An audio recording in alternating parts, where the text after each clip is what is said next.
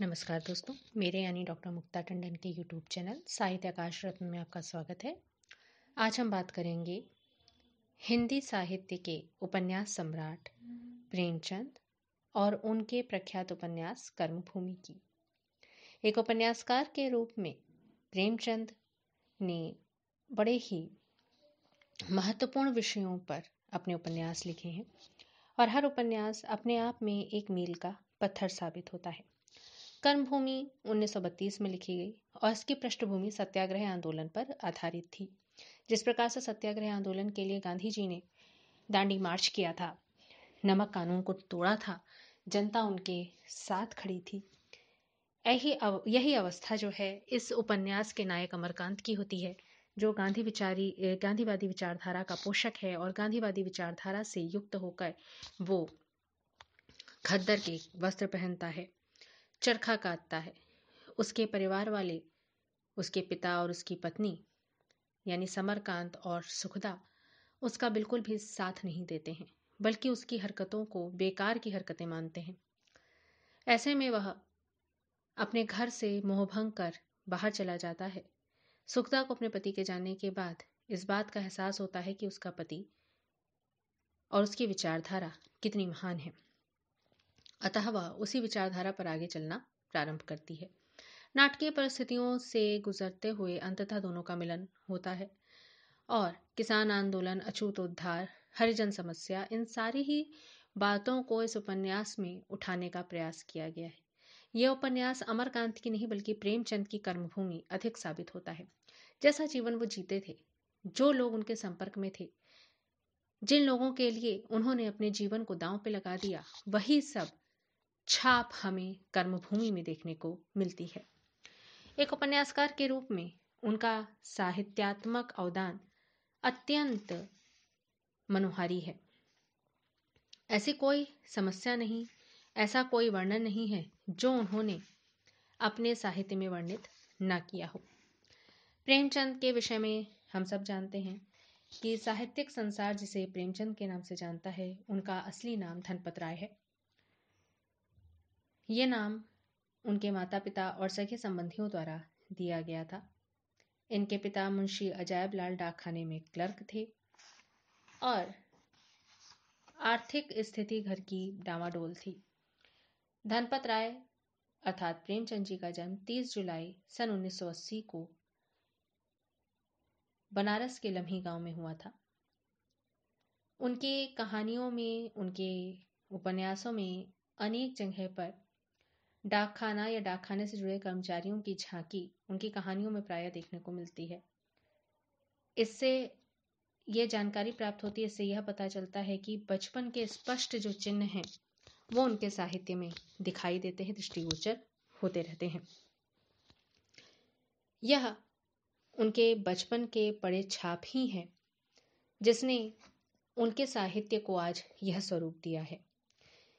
माता की मृत्यु 7 वर्ष की अवस्था में हो गई थी। बच्चों में जो मातृत्व से प्रेम प्राप्त होता है, उससे यह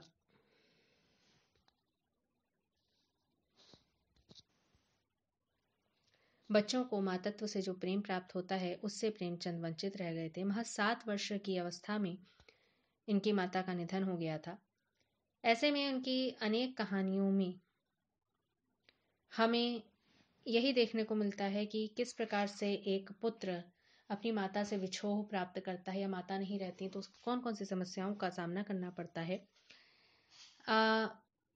बच्चे कहानी प्राय अपनी दादी से सुनते हैं। प्रेमचंद ने अपने किसी भी लेख में या किसी भी कहानियों में, कहानी कला लेख उनका एक निबंध था, उसमें उन्होंने यह वर्णित किया था कि कहानी कैसे लिखी जाती, कैसे बच्चों को सुनाई जाती है, लेकिन उन्होंने कहीं भी दादी का नाम नहीं लिखा। हालांकि उनकी दादी जीवित थीं, पर उनके अतिरिक्त घर में 4 ही जीव थे, माता पिता, बहन और स्वयं धनपत राय। बचपन में कहानियों का जो विशेष स्थान होता है वो यही रहता है। स्नेह से वंचित तो रही थे क्योंकि माता बीमार थीं और आकस्मिक रूप से उनकी जब मृत्यु हो गई तो बालक के कठोर मन पर आघात हुआ जिसे वह सह नहीं सके। उनकी कहानियों में ये आघात विषाद युक्त ढंग से लिखा गया है। तो इस प्रकार से उनके जीवन का जो सार है वही उनकी कहानियों और उपन्यासों में हमको देखने को मिलता है।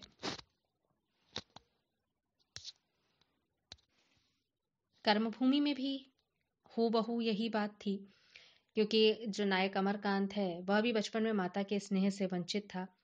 प्रेमचंद इस उपन्यास में लिखते हैं कि अमरकांत ने अपने जीवन में माता के स्नेह का सुख न देखा था। जब उसकी माता का अवसान हुआ तब वो बहुत छोटा था। कुछ दूर की अतीत की धुंधली सी परछाइयां थीं, इसीलिए अत्यंत मनोहर और सुखद स्मृतियां ही शेष थीं। इस उपन्यास में अमरकांत के मुख से इस कभी न भूलने वाले दुख को उन्होंने एक और स्थान पर व्यक्त किया है, जहां पर अमरकांत कहता है, जिंदगी में वह उम्र जब इंसान को मोहब्बत की सबसे ज्यादा जरूरत होती है बचपन है। उस वक्त पौधे को तरी मिल जाए तो जिंदगी भर के लिए उसकी जड़ें मजबूत हो जाती हैं। उस वक्त खुराक ना पाकर उसकी जिंदगी खुश्क हो जाती है। मेरी माता का उसी जमाने में देहांत हुआ और तब से मेरी रूह को खुराक नहीं मिली। वही भूख मेरी जिंदगी है। मुझे जहां मोहब्बत का एक रेजा भी मिलेगा मैं बेअख्तियार उसी तरफ जाऊंगा। कुदरत का अटल कानून मुझे उस तरफ ले जाता है।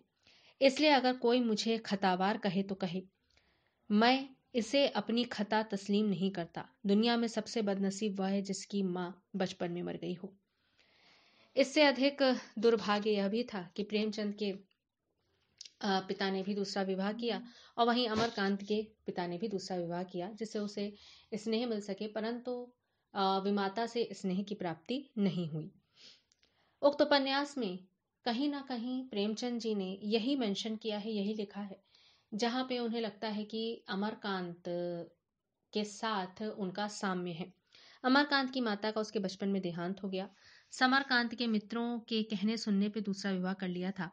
7 साल के बालक, देखिए 7 साल का बालक, उन्होंने मानो अपना ही जीवन यहाँ पर उकेर दिया है। नई माँ का बड़े प्रेम से स्वागत किया, लेकिन जल्द ही उसे मालूम हो गया कि उसकी माता उसकी जिद शरारतों को वो क्षमा दृष्टि से नहीं देखती जैसे उसकी माँ देखती थी।